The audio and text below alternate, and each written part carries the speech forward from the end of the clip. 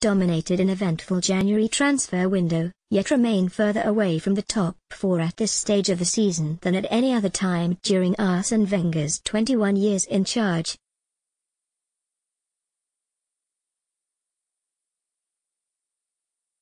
And with significant changes behind the scenes, is Wenger losing his grip and are the Gunners a club out there? Sports news correspondent David Ornstein gives his verdict on the club's January transfer dealings, and examines what might happen next at Emirates Stadium.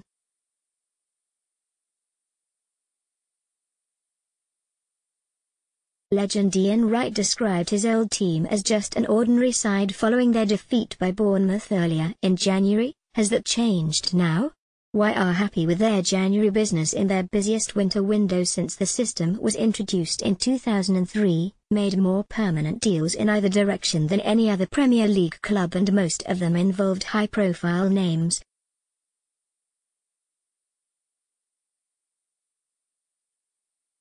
Alexis Sanchez, Olivier Giroud, Theo Walcott and Francis Coquelin left. Henrikh Mkhitaryan joined in exchange for Sanchez, and Pierre-Emerick Aubameyang arrived on deadline day for a club record £56 million fee.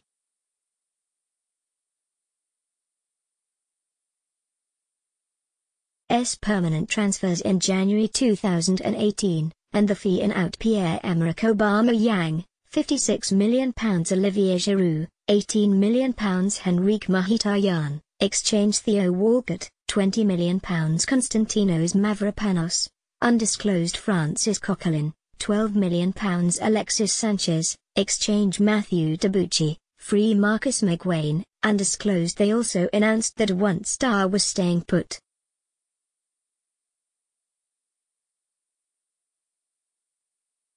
Mesut Ozil, who like Sanchez was out of contract in the summer, put pen to paper on a new 3.5-year deal.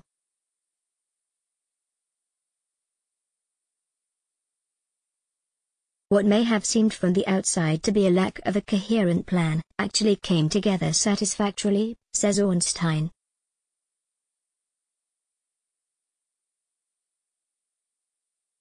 We're in a difficult situation because Sanchez wanted to leave and suddenly it came about that they could get Mkhitaryan as a replacement, which was not something they anticipated.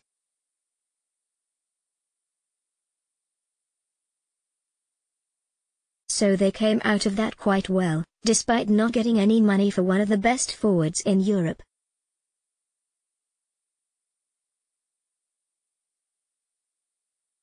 And then of course they secured Aubameyang, who was their preferred target to replace Sanchez, for a fee of around £56 million when he was valued at around £100 million recently and supposedly considered by Real Madrid.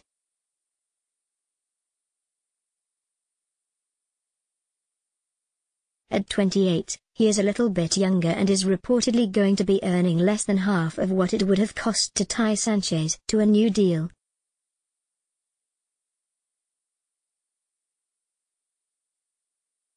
On top of that was Ozil's new deal, which they had been pushing for a long time to try to make happen.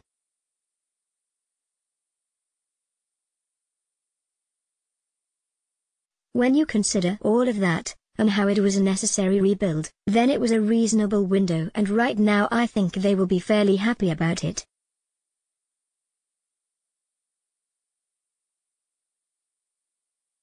But did strengthen their weakest area? In the 15 seasons since the transfer window was introduced, Wenger has made more than one January signing on only 2 previous occasions, in 2006 when he signed 5 players, 3 of whom would go on to make more than 100 appearances for the club, and 2015 when he signed 2.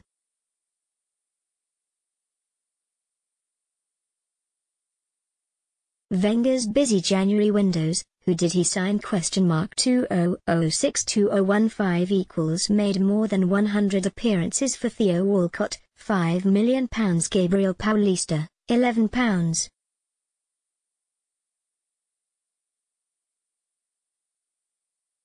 2 meters and exchange Emmanuel Adebayor, £3 million Christian Bielik, £2.4m Abu Dhabi, £2 million Carlos Vela, £2 million Mart Poom, Wenger has always been very cautious about making major changes to his squad, let alone in January, which is a very difficult window to deal in, Ornstein added.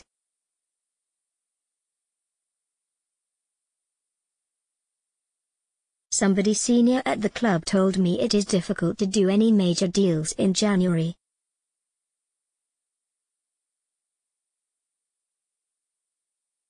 It is even harder in any window to do a swap deal, which is why they are so rare.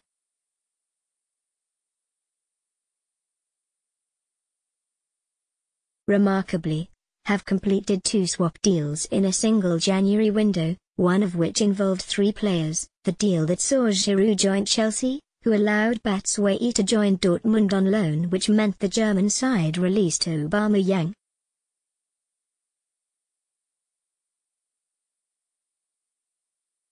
The concern will be how bad their defence has looked at times this season, and certainly in their most recent game at Swansea, because their only addition in that department was an untested Greek youngster who is signed for his future potential and is unlikely to break into the first team for now.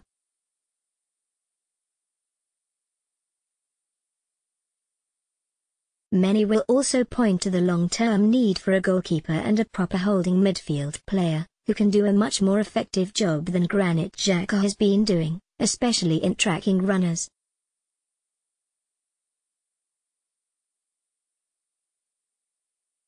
Those are the 3 areas that have gone unaddressed this month. Why remain an ordinary team? Wright's comments about being just an ordinary side came after he watched them lose to Bournemouth without Sanchez or Ozil available.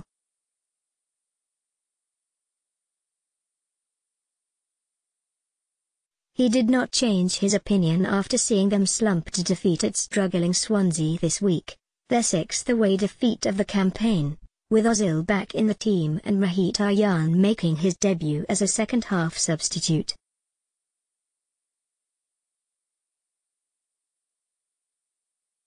Are now 8 points behind 4th-placed Hull, and they have not been so far off the top 4 at this stage of the season since January 1995, when they were 10 points adrift.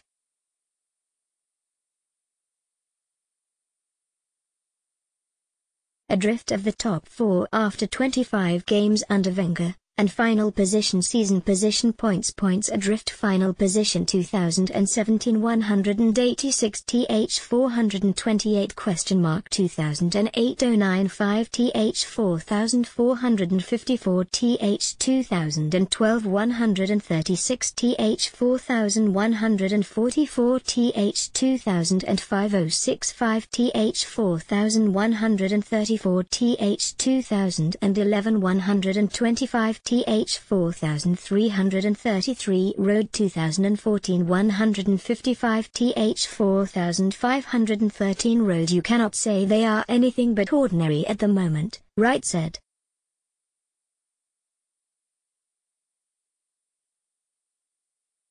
They are not responding to the manager at the moment, and that performance against Swansea was not the kind you would expect from a team that is supposed to be pushing for the top 4.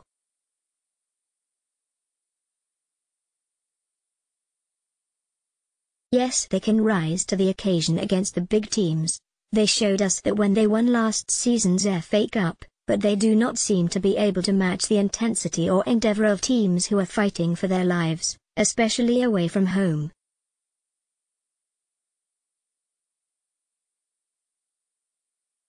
In terms of them making the top 4, the deficit is getting so wide now that something spectacular has got to happen to change it. And it needs 3 or 4 players to have an unbelievably good finish to the season.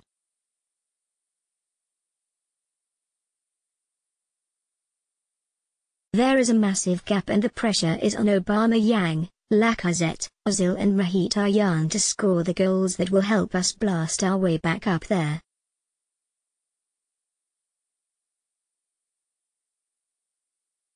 Ozil, 29. Has won 3 FA Cups since joining in 2013, and no other player has made more assists or created more chances in the Premier League in that period.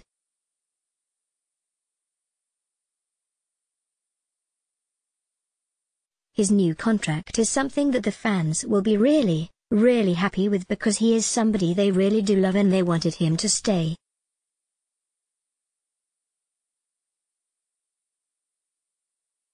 Wright said. He has shown his best form recently, when it appeared he was running down his contract, and hopefully that form will continue now he has agreed a new deal.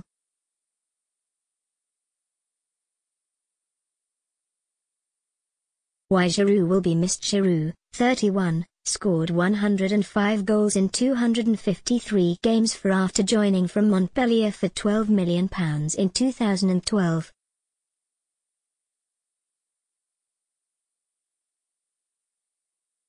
Whatever people say about him as not being the striker who is going to drive to the title, he has always scored goals on a regular basis, said Wright, who scored 185 goals in 288 appearances for the Gunners between 1991 and 1998.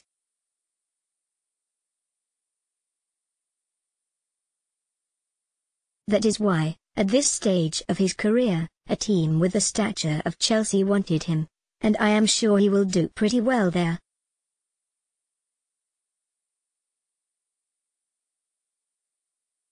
It is a strange one for him to go simply because it leaves with strikers who are all very similar and there does not seem to be anyone to come off the bench and offer them a plan B.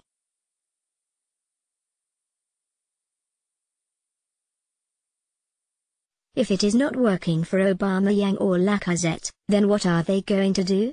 Are entering the unknown. Ornstein feels the decision to let Giroud leave was a gamble, but something that had to happen in order for the Aubameyang deal to go through.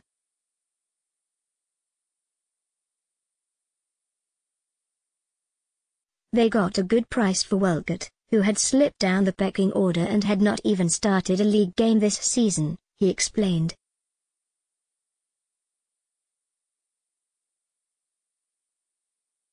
The same goes for Coquelin, who again had lost his place in the team. The question mark is over Giroud.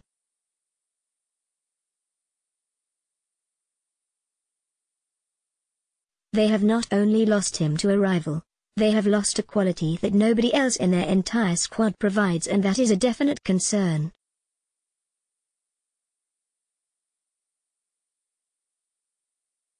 Giroud was loved by Wenger, liked by the fans and very popular around the club. I think it will be a real blow to lose him to Chelsea and now are entering a really interesting phase.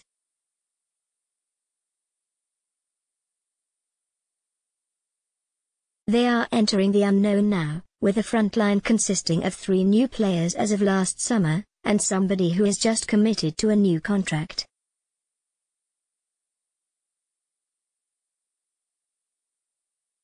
On one hand it is exciting, and on the other it is also a little bit precarious.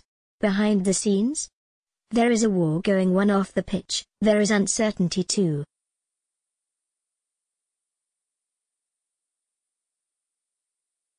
Wenger, 68, still has another season to go on the 2-year deal he signed in May 2017, but around him the boardroom is evolving almost as quickly as his playing squad.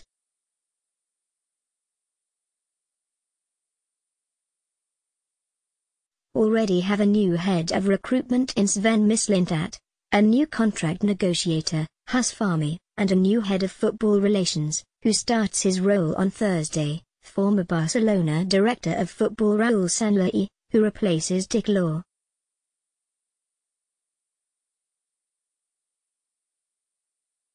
This is a period of enormous change off the pitch too, Ornstein added. It is the most change I've had since Wenger came in 1996, even more than when Stan Kroenke took a majority stake in the club in 2011.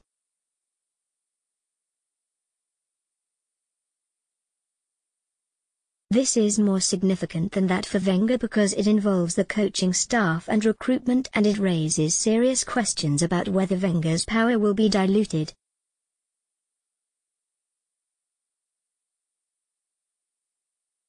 Wright already feels that is the case.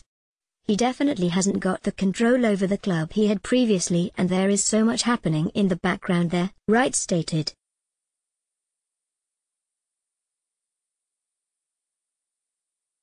There is a war going on. I would like to see Kroenke come over and get everyone to start to work together for the club, because that does not seem to be happening at the moment.